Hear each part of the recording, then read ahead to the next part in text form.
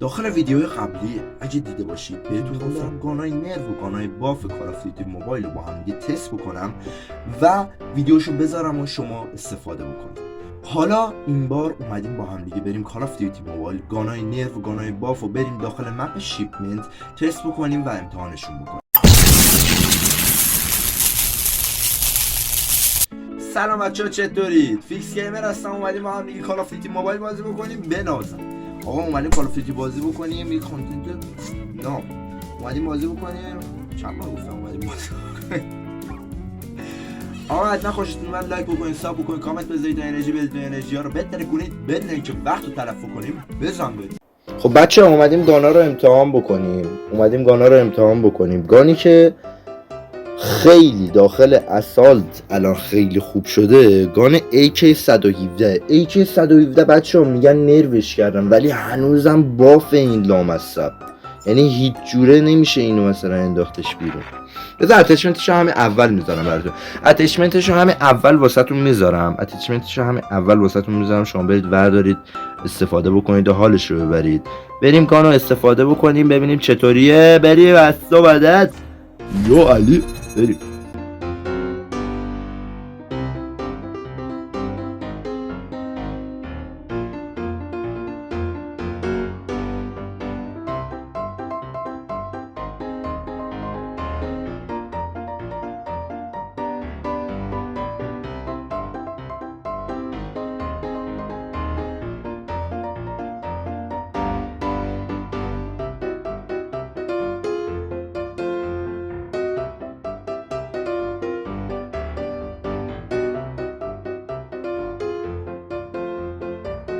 خب بچه ها گان بعدی که میخوایم استفاده بکنیم گان QQ9 و گان محبوبیه. همه میدونیم که این گان محبوبیه و همه میشناسیمش. من عقب بچه اومده همه رو چیدم چیز کردم دیگه، فقط اینو دانلود بکنم با اسکینم قشنگ‌تره.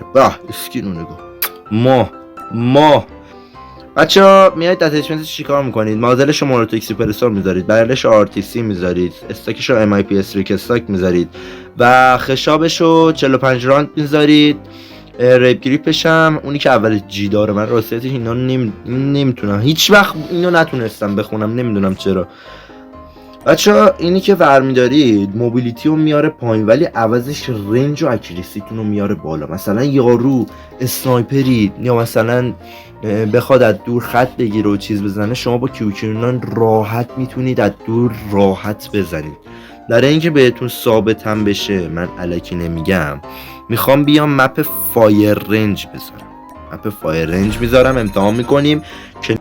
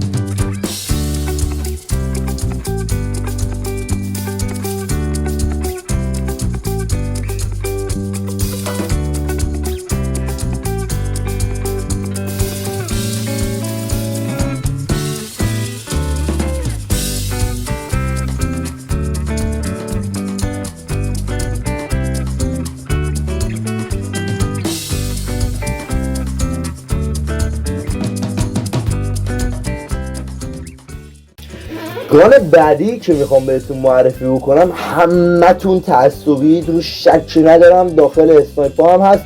اسنایپ دیل بچه ها، این اسنایپ جدیده که اومده، یعنی چون که فکر کنم به خاطر اینه که اولین بار اومده نروش کردن، خیلی نروش کردن، یعنی نه موبیلیتیش بالاه، نه چیزش خوب، نه رنجش خوبه، هیچیش خوب نیستش، خدا وکیل ریده. ولی بچه ها دیل خار مادره باف شده، یعنی دیل مخصوصا این اسکین بچه ها، چون دارمش نمیکنم ولی نه خدا وکیلی چون دارمش نمیگم. این اسکین رو بچه‌ها من فقط به یه دلیل رفتم بتل پسشو گرفتم، فقط به یه دلیل، اونم به خاطر همین اسکین دیلش بود. یعنی باگ خار مادره، باگ خار و مادره. اینو ورمیداری یارو میری رو شکمش میزنی میخوره هدش.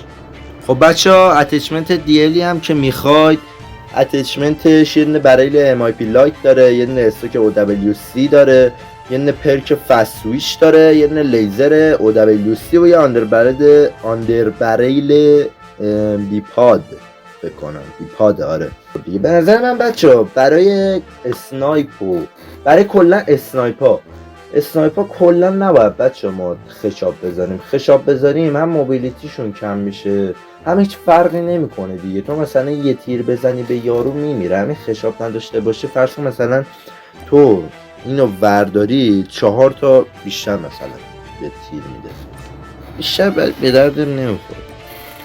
اینم که چیزه به درد نمیخوره کلا.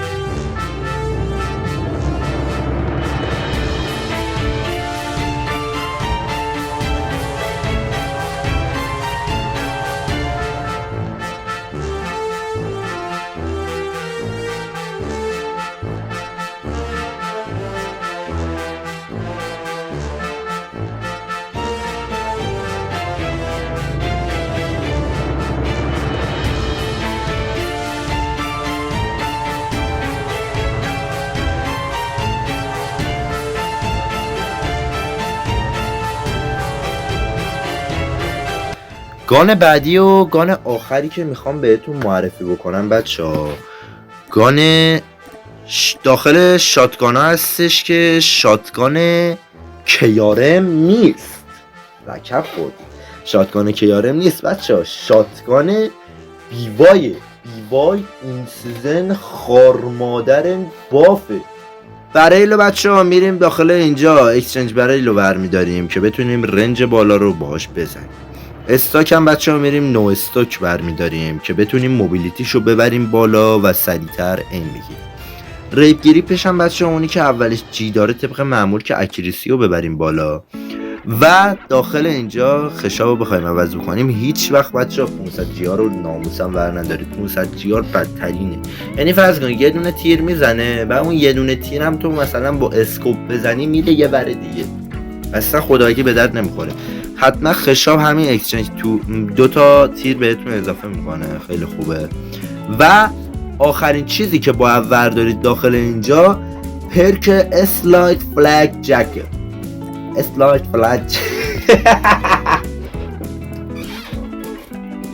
آجی چرا اینطوری گفتم؟ پرک اسلایت فلگ جکته بچه ها. این پرک چیکار میکنه؟ این پرک وقتی که شما خسته میشید و نمیتونید رو پاهای نانازتون لیز بخورید، این قابلیت رو بهتون میده که بتونید زودتر خستگیتون رو در بکنید و زودتر رو پاهای نانازتون لیز بخورید. من واسه این اسکین ندارم، اسکین ندارم.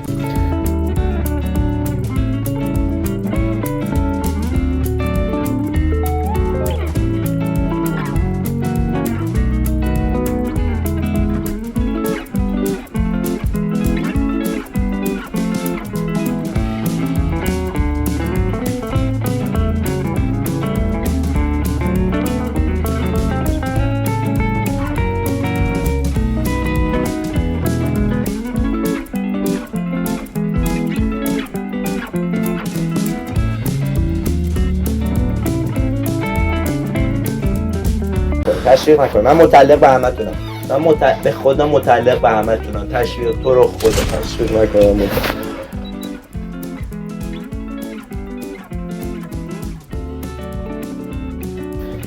خب بچه‌ها گان آخری بود که می‌خواستم بهتون معرفی بکنم. امیدوارم حتما از این ویدیو خوشتون اومده باشه. لایک و سابسکرایب کامنت بذارید و انرژی بدید و انرژی رو بهتر کنید بدون اینکه وقت تلف کنیم.